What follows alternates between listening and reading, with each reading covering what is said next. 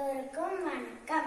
இயற்கை, சுற்றுச்சூழல் இவற்றை பற்றி அறிந்து கொள்வோம். சூரிய குடும்பத்தில் பூமியில் மட்டும்தான் உயிரினங்கள் வாழ்கின்றன. இதுக்கு என்ன காரணம் என்று நாம் சிந்தனை செய்து பார்க்க வேண்டும். பூமியில் மட்டும்தான் காற்றும் நீரும் உள்ளன. காற்றும் நீரும் நமக்கு இயற்கையாகவே கிடைக்கின்றன.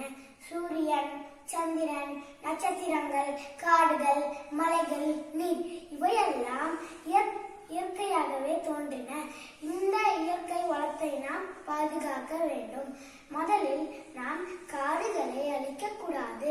காடுகளால் தான் நாம் சுவாசிக்கும் காற்று சுத்தமானதாக இருக்கின்றன.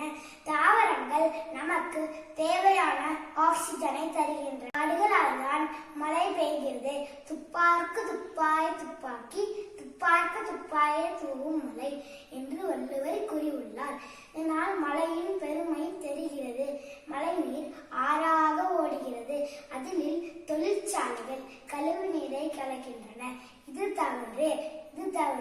நீரின்றி அமையாத உலகு. இதை நாம் புரிந்து கொள்ள வேண்டும்.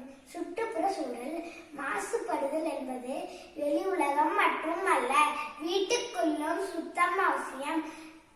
காற்றும் வெளிச்சமும் இருக்கும்படி வீடு கட்ட வேண்டும்.